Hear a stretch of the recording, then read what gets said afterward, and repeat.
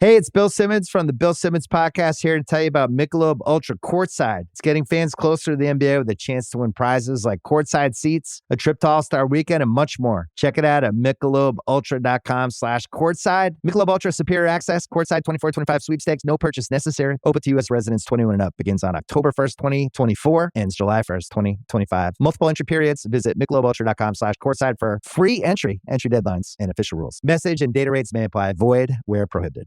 Auto insurance can all seem the same until it comes time to use it. So don't get stuck paying more for less coverage. Switch to USAA Auto Insurance and you could start saving money in no time.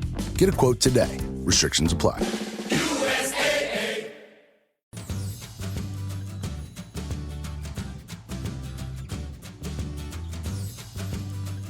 Now, induction of labour often lands in the no thank you pile in birth plans and preferences.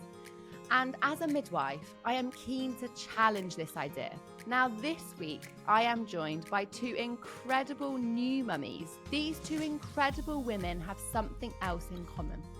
They both had a positive induction of labour birth. I remember at one point sort of having fear, quite significant fear around forceps. Sometimes I used to think, if I was to be induced, then it would be a bit of a failure that my body hadn't gone into spontaneous labour.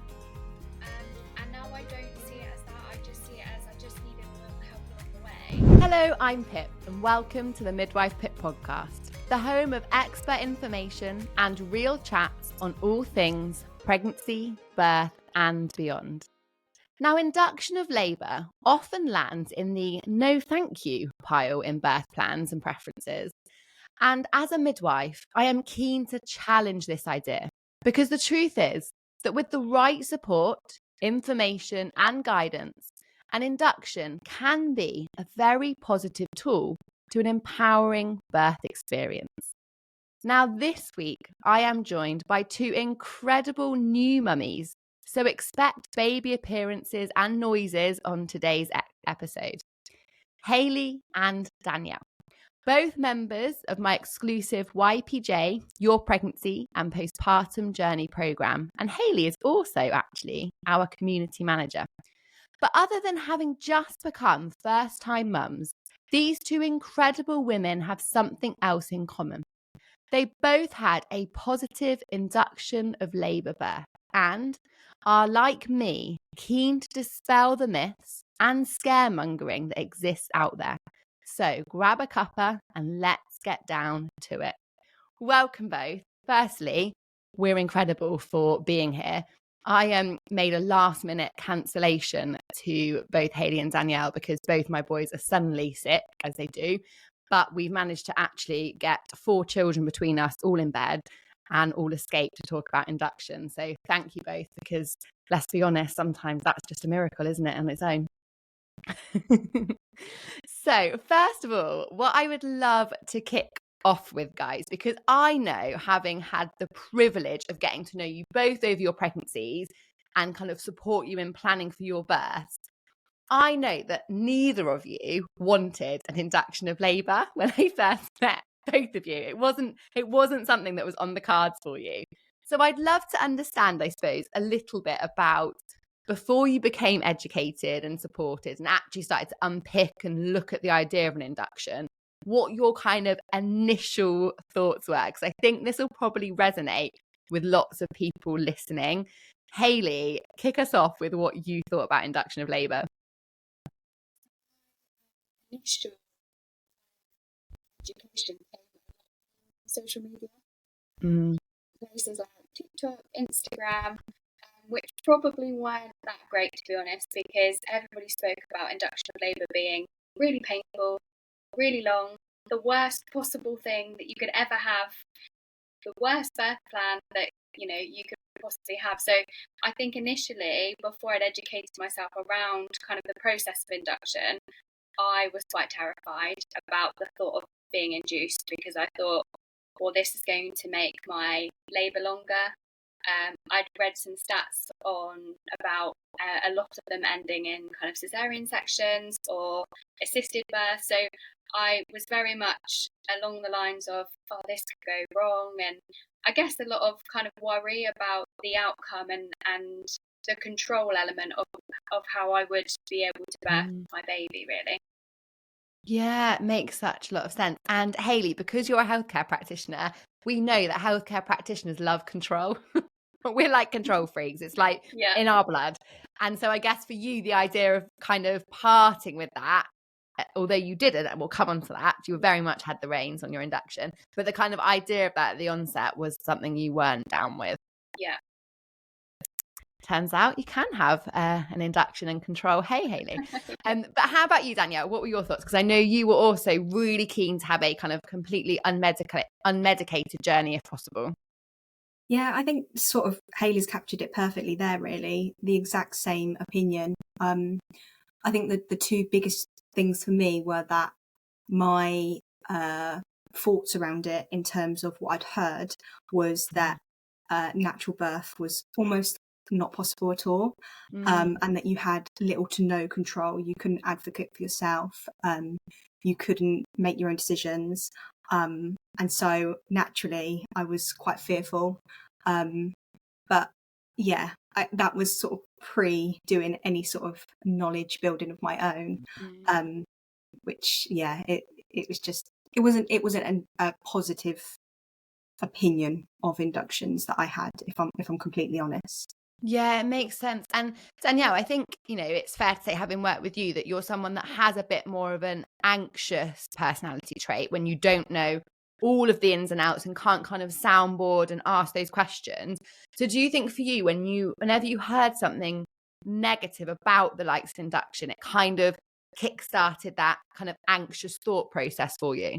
Absolutely. I remember at one point sort of having quite significant fear around forceps, but I'd heard that on the back of an induction. I don't even know, I can't even remember who it was that said that, or where I even heard it, but yeah, I definitely think that it was ramped up, and yeah, I think just the lack of control and all of that, it wasn't great. I love that. And you both said you thought induction was going to equal lack of control.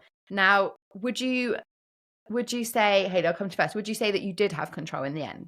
And we'll talk about your birth a bit more. Yeah, definitely. I would say I was really shocked. I think going into it, I knew that because I could advocate myself and I'd educated myself, I knew, kind of what I could request and things like that. But I don't think I really realised how much control I had until I was in that moment.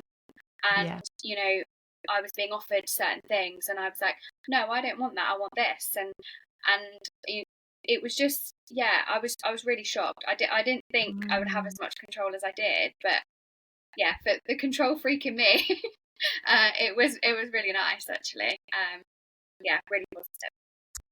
I love that. It's so good, because so often we hear or we think in an uneducated birth space that if we have some form of medical intervention like an induction, then it's like, right, shred the birth plan, leave all the control to the medical practitioners. I'm just going to sit back now and everything's going to happen to me. And it's like, no, this is a tool to achieving a positive birth outcome. It doesn't mean that that's it. Like, that's it now. We have no say in anything. It really is just a tool, a part of your journey jigsaw, really. How about you, Danielle? Would you say overall you did have control in your birth? Yeah, definitely. I think when I look back, which I often do, there's nothing that I can think of that I've heard other women who had completely spontaneous labour and a natural birth say that they were able to say yes or no to, that I wasn't. I feel like I had the full same experience, but absolute opposite to some women. But yeah, I felt empowered throughout. Oh, you're both powerhouses. I absolutely love it. Danielle, how would you say then your opinion of inductions changed? So, prior to Shay, prior to kind of your own sort of pregnancy experience, induction was a bit of a like red flag. It's all going to be dramatized. I'm scared of it. How would you now describe an induction of labour?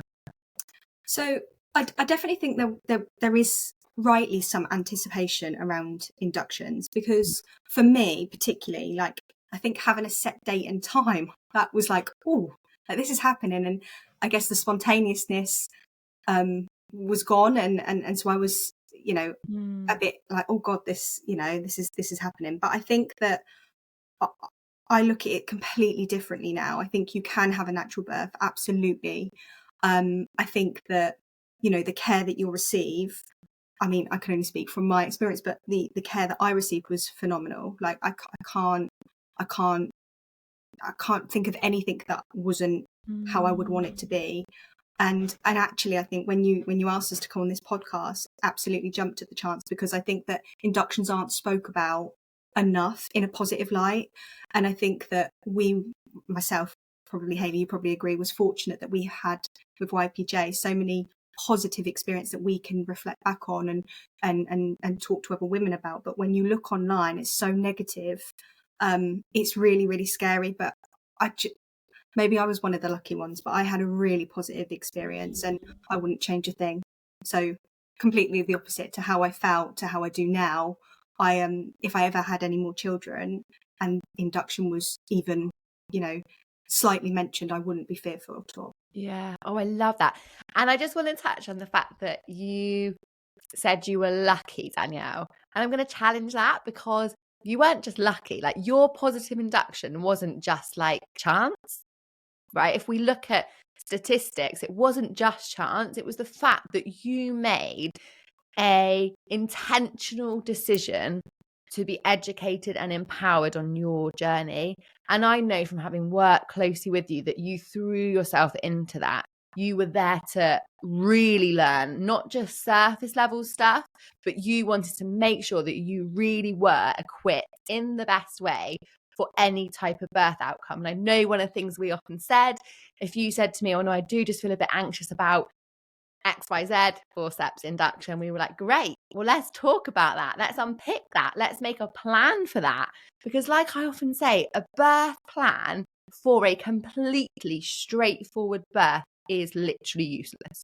Because if it was that easy, you don't really need a plan, because that's just what everyone wants, right? It's when there is a twist or a turn, or particularly something that you've got some anxiety around, they're the plans and preferences that make such profound difference. And I know that you went into your experience with confident plans, ways of navigating difficult decisions. So no matter what your birth looked like in the end on paper, you were going to have a positive one, because you had dedicated yourself. So don't downplay what you've done on this journey, because it really wasn't just luck. And knowing that you came into it in an anxious place, you could have so easily just buried your head and kind of thought, I don't want to think about induction of labour because it's something that fills me with dread. So I'm just going to bury my head and hope it doesn't happen.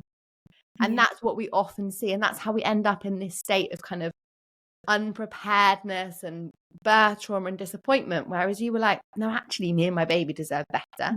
We're going to take the reins. So allow yourself to feel pride in that. I think just touching on the birth preferences there, Pip. So obviously my birth preference was done without induction in mind. Obviously the induction, as you know, was sort of sprung on me very last minute. But actually how much I used my birth preference was a surprise to me, because I thought, well, this isn't the birth that I had in mind. And actually there was still a lot on the list as such that I ticked off, and I was saying, no, I don't want this, or yes, I do want that. So yeah, that was good as well. It was really positive that, you know, the original plan didn't quite happen, but actually my preferences were still really, you know, taken on board and listened really to. strong in that. Which was good. I love it. It's just brilliant, isn't it? We need more conversation like this. I'm so grateful that I get to chat to you guys. Hayley, tell us, how would you describe an induction to like a friend or someone else that was going through it now compared to before? I guess I probably had a bit of a view before that I don't know. Sometimes I used to think of, if I was to be induced, that it would be a bit of a failure that my body hadn't gone into spontaneous labour. And now I don't see it as that. I just see it as I just needed a little help along the way. And actually, I know I was messaging you a lot. I was probably in latent stages for a little while at home. I was cramping and stuff.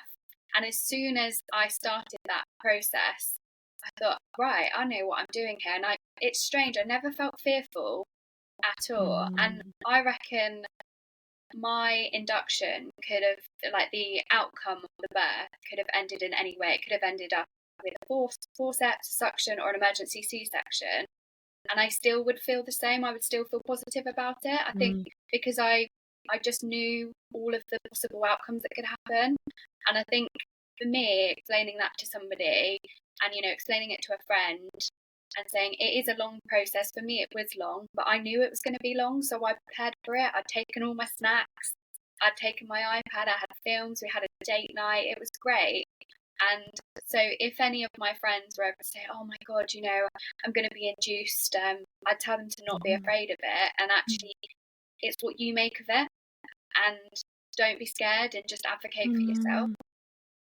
Yeah, I love that. And one of the things that I always think is really important, Hayley, is that we understand the process, because when we just hit induction or some sort of medical intervention, it just causes this fear response in our bodies, doesn't it? Yeah. Especially when you've been planning everything to be completely plain sailing and physiological. Whereas actually when we understand, and I think this is what you both did really beautifully, was understood what each induction process was actually trying to achieve, and then how you could support that.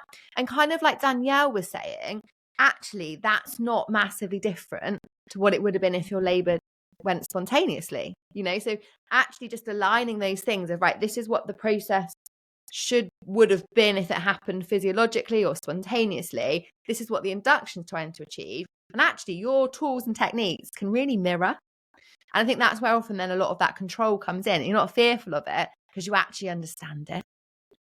And like Hayley, you could have so easily, when it was going on for a bit, thought, well, you know, it's not working, or doubted your body. But I remember you messaging at one point saying, I think I might need to have an emergency section. That's okay. Like, I understand why. But obviously then you decide to be an absolute badass and kind of flip the script on that and get little Jude out. But you know, it's knowing that positive birth, I know it's something I talk about all the time within YPJ and on the podcast, but a positive birth isn't what it looks like on paper. It's not a type of birth. It is how you feel at the moment that you bring your baby into the world. And that's something that you guys both nailed, even with induction kind of thrown in there on your journeys. Now, one of the things that I think is really interesting is around making decisions for induction, because as much as we're saying, you know, don't be scared of induction, induction's brilliant, we do know that induction can be used at times where actually it's not perhaps the best next step. Sometimes we overuse induction of labour, sometimes the evidence isn't super strong for it, and sometimes women end up accepting an induction without really knowing why and knowing what their other options are.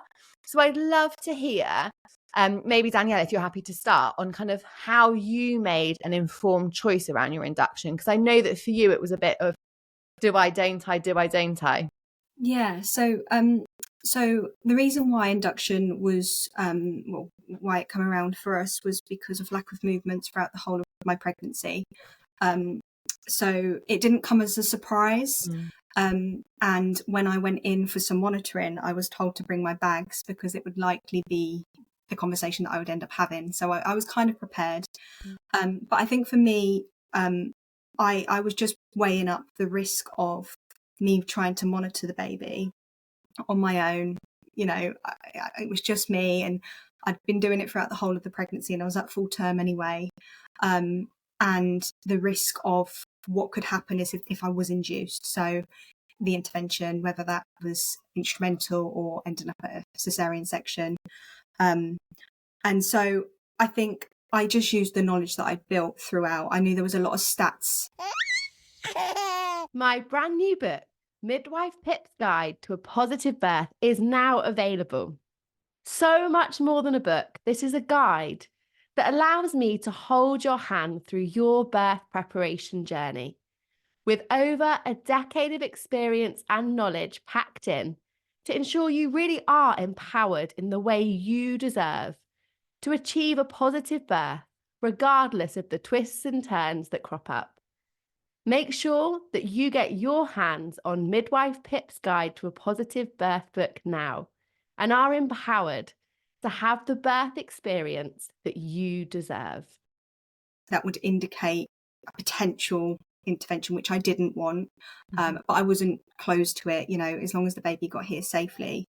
And so I think, I used you guys for your expert advice as well. But I think ultimately for me, I knew that the main end goal that I wanted was her here safely.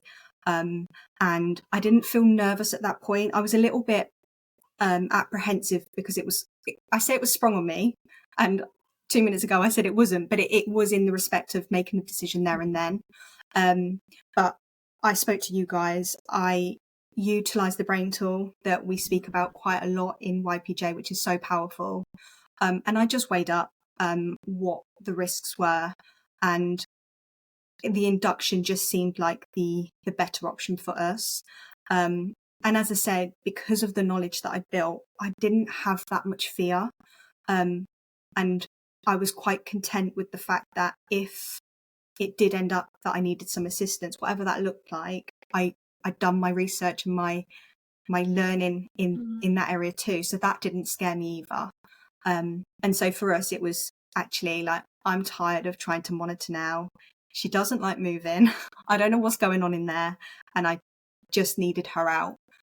So it was a fairly easy decision once I'd got over the initial, oh my God, I need some help from you guys, which you'll probably remember quite strongly. My message was a very long message, but yeah, so it was quite easy. But as I say, the brain tool was fantastic for me. Literally writing it down, because I'm visual. I like to see the benefits and risks and whatnot. Yeah, it's a really nice one, isn't it? And I think it always makes sure that you ask the right questions as well. Yeah. It allows you to get a really nice kind of comprehensive view of what's going on. Now, Danielle, one of the things that I was beaming then, smiling, hearing you say was that you had no kind of fear around the birth, even though you knew there was something that at the beginning, when I very first met you, would have completely thrown you off into a tears, and you probably would have gone, actually, I'll have a cesarean section, thanks, because it was one of those things that was a big fear of yours. Yeah. And when I first met you, one of our A goals, which you didn't quite believe was going to be possible, was that you were going to stop being scared and anxious in pregnancy, and you were actually going to be excited for birth. Sounds like you nailed it. Oh, honestly, I completely different mindset from the beginning to the end. And I do think that is confidence was built because the knowledge was built. I don't know how my induction would have gone if I hadn't put the hours in. Basically, you can't.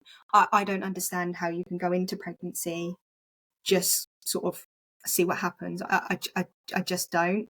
Each to their own. But for me, yeah, I'm so glad I managed to change that mindset around, because it was really positive throughout. Absolutely smashed it, didn't she? Love it. Hayley's there smiling away as well. Now, Hayley, you had an induction for completely different reasons. Danielle, tell us more. Mine came as quite a bit of a shock, actually. I throughout my whole pregnancy had been monitored because I was having extra growth scans for low PAP, and Jude had been growing really well. There was no concerns, and it was more just a check-in, and I got to see him more often. And each kind of growth scan was really positive.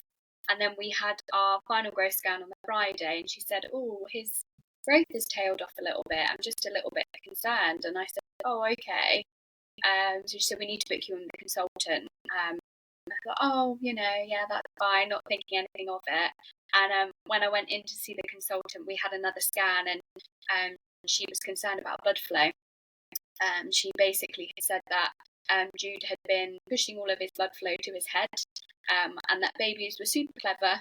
And when there's restricted blood flow or placental function, they protect their vital organs and send blood to the brain, basically, to protect the brain. And I said, okay, well, what does this mean? And she said, it means we need to get baby out. And I was like, oh, what now? She was like, no, but we need to induce you. And I think prior to that, if I'm being honest, it didn't really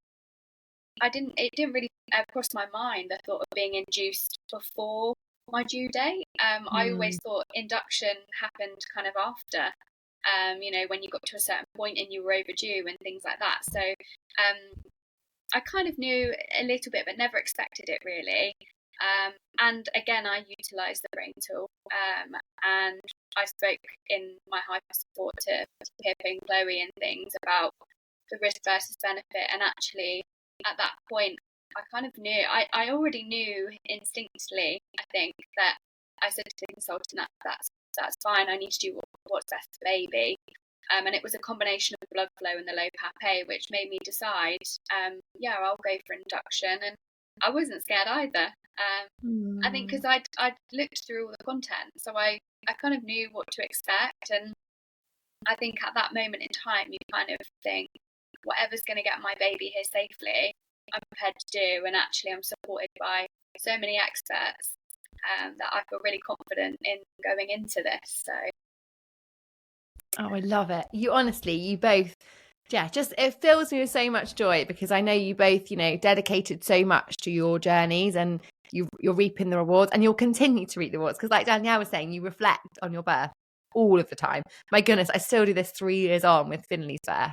And I think the strength that you gain as a woman that's is lifelong, it's not just like for the first year or the first 6 months. This is like forever. Whenever there is a difficult time in life, or a hurdle for you to overcome, you're always going to recognize that inner strength that you had on this journey, and that's going to carry you through so much in life. It's so much more than one day, isn't it? Your birth, it really does shape everything that kind of follows. And we all know that postpartum's hard enough, so if we can get into it on a more positive foot, it's only gonna help us. Danielle, try and explain to me in like a couple of sentences, if that is possible. I don't know if that's possible. I might have asked too much here, but try and explain to me how you would describe your birth experience. It was amazing. I think it was natural. So, on a personal note, I'm really, really pleased about that. In terms of the actual birth, it's really hard to summarize it. I think it was just amazing. It was very emotional. And I think even the process of the induction, it brought Joe and I almost closer as well. We went through such a emotional roller coaster together. It was just beautiful. It's really hard to summarize it. I think it's where it's still quite new as well. It wasn't that long ago, but I don't have any regrets. And I'd do it all again tomorrow. Oh, I love that. I love that. If you're listening and you're worried about induction, imagine being able to say you had an induction, you achieved a really wonderful birth that Danielle described as natural, as beautiful, all those things we dream of, right, of describing our birth as, and actually being quite happy to do it all again. Like that.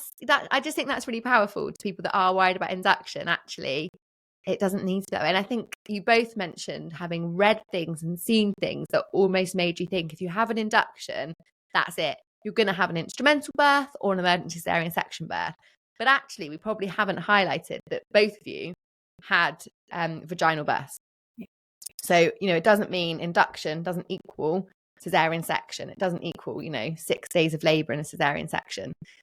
It doesn't have to be like that at all. Hayley, how would you describe your birth? I'd say the hardest but most amazing experience I've ever been through. I don't think you quite realise how resilient you are until you're in labour. And I think as I reflect on it now, I'm just like in awe of every woman that's ever given birth. Because I just think, although it's hard, you have no option. You're like, I've got to do this. And I think, I don't know, it overcomes you, and you just get this strength from somewhere that you didn't even know that you had before. And like you said, Danielle, it definitely brings you and your partner close.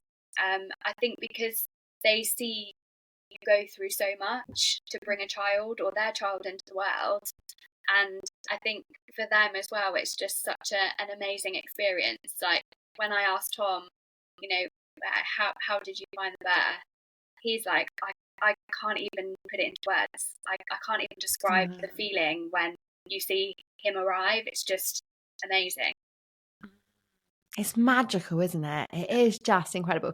I am forever telling myself when things are difficult, I'm like, of course I can do this. First, a human being. Yeah. Like, of course I can do whatever this is. Like, nothing is ever going to be as mentally, emotionally, physically, spiritually as challenging as that. And if we can do that, and we can do that in a really positive way, I mean, there's nothing we can't do. And I love this because there's so much about postpartum or mothers, especially I think new mums in those first couple of years, being like vulnerable or weaker, or, you know, you can't do this or you can't do that. And I'm like, whoa, hang on a minute. Have you seen what we just did? Like, no, we don't want to bounce back or get our old selves back, because we're going to be 1,000 times better, like so much more resilient. We can have so much more confidence and capability and strength from the journey that we've been on. Like, I'm like, let's be postpartum and let's be super powerful. Like, I'm not about this bounce back or get my old self back. I'm like, let's bring on the postpartum version of self, because it's, what, like you say, what we've done, like, just amazing. And everyone needs to realize how incredible mothers are. We're a force to be reckoned with, guys, aren't we? So I suppose I'm thinking, if someone's listening and they're like, right, I know that induction is likely for me, or I just know it's something I'm really worried about happening, what would you advise them? So what kind of, I guess, contributed to you guys having that positive experience? Hayley, you kick us off. I think understanding the types of induction or the process of induction was really helpful, because I knew the next step before it happened. It didn't come as a surprise to me. And understanding kind of the element of induction. So, you know, for me, I had the ProPest, then I had the gel pessary, and then I had the hormonal drip. So I knew all three elements, and I knew that they would gradually ramp up, and they did. So I knew what to expect in that aspect. And I think being aware that it can be a long process, and, you know, it's not what you see on the TV. You go in and you come out the same day, because that's just not how it works. Not one born every minute where there's 3 inductions in an hour. No, sadly. It doesn't happen like that. It is a long process. So be prepared to be in hospital for a long time. But what I really tried to do was make hospital as homely as I could. I took my fluffy blanket in, I took my pillow in, we had a takeaway, we watched a film together. So bringing those nice home comforts into hospital with you, I think it's really important, because it just helps you to relax. And like, as you know, Pip, like, relaxing and bringing on oxytocin is the best thing to help kind of labour progress. And for me, I was having a great time the first night I was induced. I sat there eating chicken wings, watching the Liverpool game. So I was having a great time. I love that so much. Basically, it was date night. It was, yeah, with just an odd cramp here and there. Love that. Absolutely love it. How about you, Danielle? I think I have to echo what Hayley's just said. I think the only thing I would add on to the time, length of time that you could be hospitalised for, I think one of the things that I didn't realise, or I did but didn't at the time, was external factors that can add on time. So when I was in hospital, the birth suite was extremely busy. And so 24 hours passed before I could be taken down for my waters to be broken, which I didn't plan for in terms of what I took to the hospital, which then added a bit of stress and whatnot. So I think that would be something just to bear that in mind, that it's not just like Hayley said, you know, you could do all your knowledge prep and you know exactly how long the pessary is going to be in for, and when the gel goes in and the top up of the gel, etc. But external factors is something to be aware of, because at the time I didn't think about it, so there was a bit of panic there on my count. But yeah. Yeah, that's such a good point, Danielle. So, you know, yes, it might take your body a, you know, given amount of time, somewhere between an hour and 3 days, to respond to the hormones. But actually, regardless of that, It's sometimes you are waiting dependent on capacity of staff, capacity of beds. We all know, it's no surprise, the NHS is wonderful, but sometimes there are delays that aren't within anyone's control, which is really frustrating. But like you say, actually, if you're kind of aware of that, or you can kind of get a bit of a vibe from the staff if you're getting up to that point, and actually what's it looking like? Do you think I'll be able to be taken straight away, or is there going to be a bit of a delay? Of course, things change super quickly and we don't always know, but you can just start having some of that mental preparation, can't you, if you know that is another kind of element, I suppose, that can crop up. So everyone that comes on the podcast, I always ask for top tips, and I wondered whether you guys could share your top tips to an expectant mum listening who is feeling anxious or worried, or knows that they're going to have an induction of labour but wants to smash it and have that positive outcome like you guys. Danielle, throw us your tips. Well, one of the tips was the time point that I just gave. Yeah. So the second point, we've spoke about it throughout the whole podcast, is knowledge. Build your knowledge. I think ask all of the questions. I mean, there's been so many times throughout being with YPJ that I've asked so many questions, probably repeatedly, not just about inductions, but I think if there's anything that is worrying you, playing on your mind, however big or small, ask the question, because the oxytocin needs to flow. So if you're laid in hospital, whatever stage of induction you're at, if you're worrying and too afraid to ask, it's not potentially going to help you. So yeah, find the confidence to ask the question, and just, if you've made the decision, or the decision has been made for you, whatever the situation is, try and relax into that, and try and find comfort in, you're going to meet your baby, and if there is intervention that does happen, whatever that looks like, you're prepared for it. And again, if you have done the knowledge piece beforehand, you're going to feel more comfortable with whatever might happen to get your baby here safely. Yeah. Oh, I love that. Yeah, so important. So having understanding and realistic expectations on those time frames, both like internal and external, and then equip yourself with the knowledge that you need, not just that kind of general surface level, but actually a deep dive, so that you can take the reins and have that control that you both spoke about being really important to you. Hayley, I don't know what you're going to add. I feel like Danielle's added some really good ones, but go for it. Let's try. I would say don't be afraid. Relax into it and trust the process, because induction is there for a reason.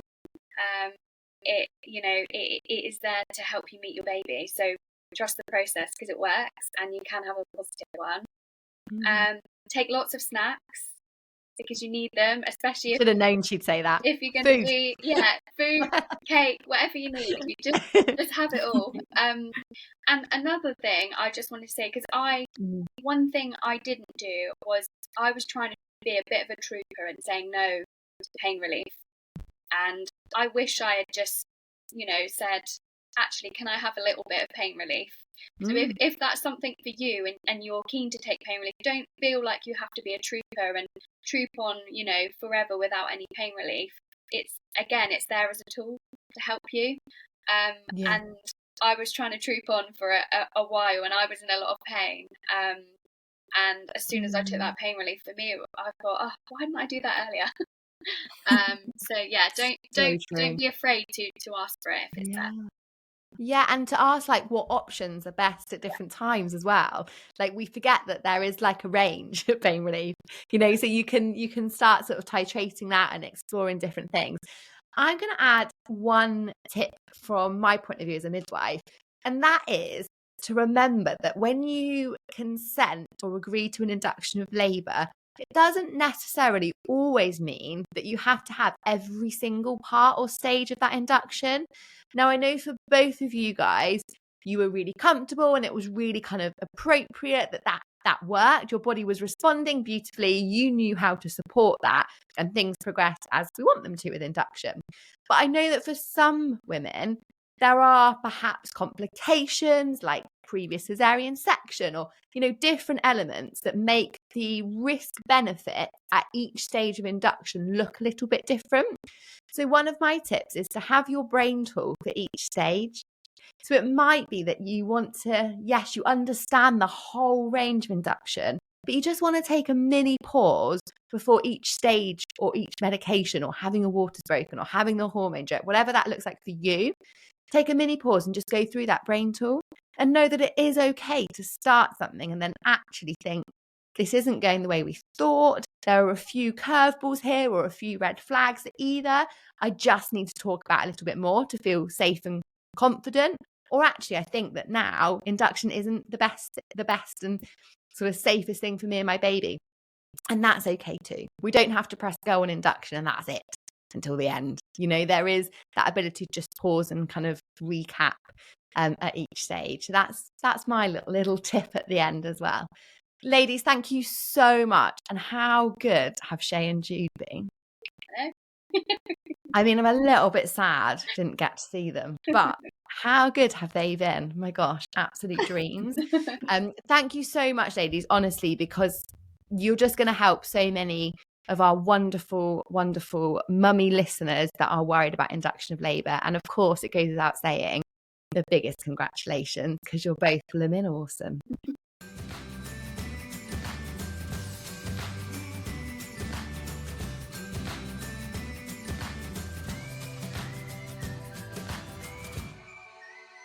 If you have listened to this birth story, enjoyed it, and feel that you are ready to really embrace and dedicate yourself to having the most informed, supported, and empowered journey, and want to see if we may be able to support you in YPJ, your pregnancy and postnatal journey, please drop me a Instagram DM at midwife_pip, or get in touch on my email, pip@midwifepip.com, and let's chat through things and see if we might be a good match for each other. I hope you've enjoyed listening, and wishing you all the best on your journey through pregnancy, birth, and beyond.